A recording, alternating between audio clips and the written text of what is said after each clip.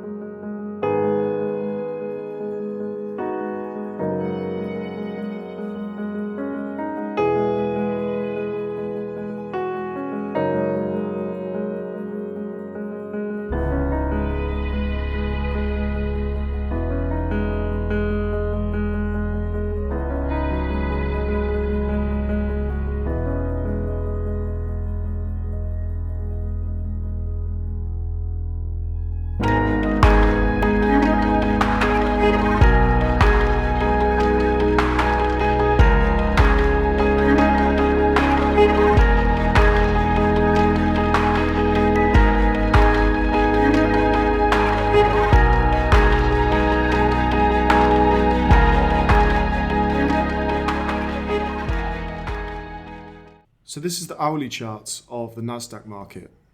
Now what we can see is currently we are in a consolidation. We can see on Wednesday we took out Tuesday's low. We then retraced into equilibrium of the Tuesday's range. If you take the dealing range from this high to this low, equilibrium would be around here, and you can see we retraced into equilibrium, and now the market is in consolidation. Now, when the market is in consolidation relative to the time frame you're viewing price, there's one of two things that you can do. The first thing is to do nothing. And the reason for this is because within a consolidation, the algorithm will try and trick people into thinking the market's going higher, and to also trick people into thinking the market's going lower. So what we can see is the market went into consolidation during Wednesday's Asia session, and then during London on Thursday we took out the sell sides. This tricked traders into thinking price is going lower, and then the market then retraced back into the range. Price then took out buy sides, which is the previous PM session's high. This then tricked people into thinking price is going higher, and then ultimately price then retraced back into the range to continue the consolidation. And so knowing this, my plan was very simple. Because we were in a consolidation, my plan was to wait for one side of the range to be taken out, in this case the AM session low, to then trade it back into the range, back into equilibrium. Now you might be wondering, what range was I referring to? Well, I was referring to the AM session range, where this is the AM session high and this is the AM session low. And so equilibrium would be around the midpoint here. And so what we can see during the PM session, price took out the AM session low, producing SMT with ES. And so usually I would be targeting the other side of the range. However, again, because we were in consolidation, I was aware that this was unlikely to occur, and so very simply I was going to be trading from external range liquidity into internal range liquidity. So what we can now see is we're on the 1 minute chart, which is the chart that I execute the majority of my intraday trades. Now again, what we can see is during the PM session, price took out the AM session low and then went into consolidation. My plan again was very simple, was to trade to equilibrium, and more specifically into this 5 minute fair value gap. If you go and study your charts, you'll see there was a 5 minute fair value gap within this price range here. And so you might be wondering, how did I not get tricked to go in long here and here? Because obviously we had displacement higher, and the reason for that is due to time. And so what we can see is during 1:45 to 2:15, price produced the smart money reversal.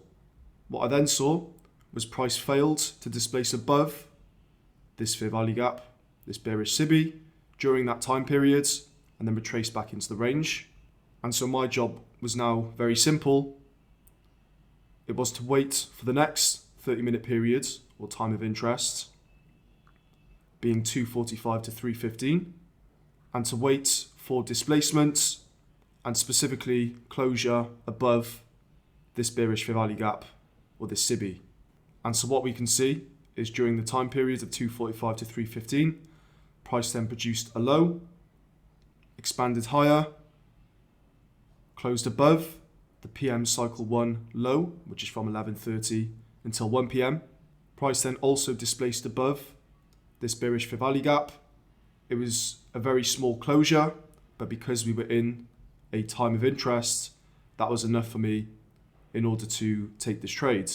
And so now what you can see is that in the execution video, I added one position as price retraced into this inverse fair value gap. And then on the next candle, price then retraced into this bullish fair value gap, which was inside of this bearish fair value gap. And so I added another position. And because I was targeting equilibrium, what I did was I took off the majority of the position around this area here. I took off one position here, and then another position as we displaced above this high. And again, the reason I didn't hold, or I wasn't looking to hold for higher prices, and I trailed my stop very aggressively, was because we were in this higher time frame consolidation. And so what we can see is price displaced into this 5-minute SIBI, retraced into the AM session equilibrium, used it as support to then continue higher. And because we were still within this 30-minute period, I wanted to see price continue to displace higher. And more specifically, I didn't want to see price displace below the AM session equilibrium, because once price displaces above equilibrium, I want to see that price level or price range act as support on price.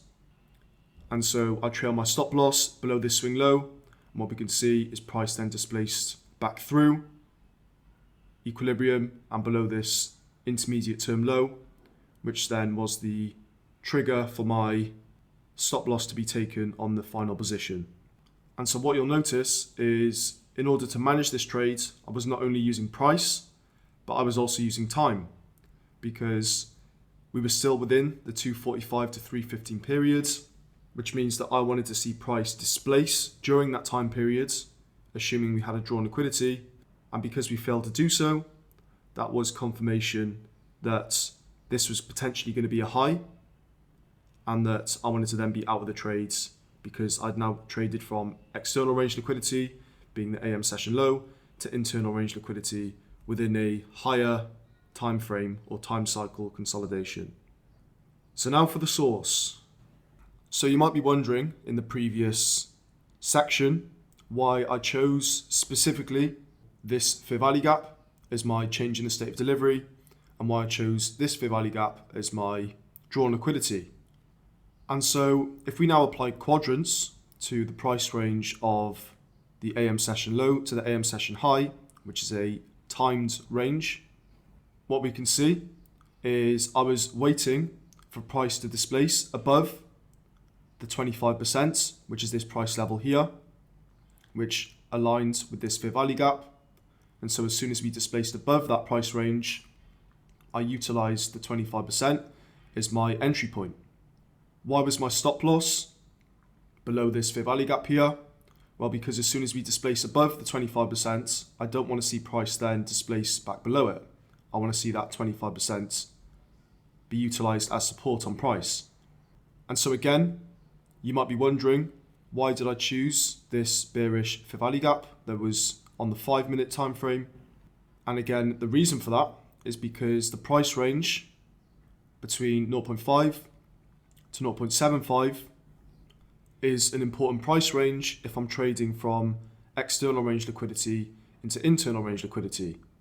And because I knew price was unlikely to trade above this high and this high, very simply, I split the range between 0.5 and 0.75, found the midpoint, which is this red line here, found a PD array that aligned with that price level, and then utilized that as my target.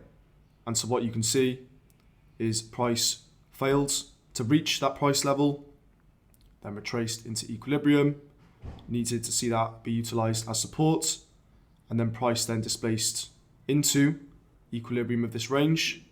I wanted to see then that price range act as support. However, price failed to displace above that level. And again, because we were within a time of interest, I did not want to see price then displace back below the 0.5. And so I got taken out below this low here. And so to summarize what I've just shown you, any price range that is based on time can be split into quadrants, and how price trades at those specific price levels will determine if the next price level will be achieved. For example, if price displaces above the 0 level, which is previous cycle low, we can anticipate the next drawn liquidity being the 0.5. If we then displace above the 0.5, we can then anticipate price reaching the other side of the range. However, within these price ranges, because price is fractal, we can also split these into premium and discount and utilize the exact same logic. As soon as price displaces above 25%, we want to see that act as support to then trade into the 0.5. And so fractalizing these quadrants allows you to determine algorithmic reference points that allows you to both enter and manage your trades. So I hope you found this video insightful. I'll see you in the next one.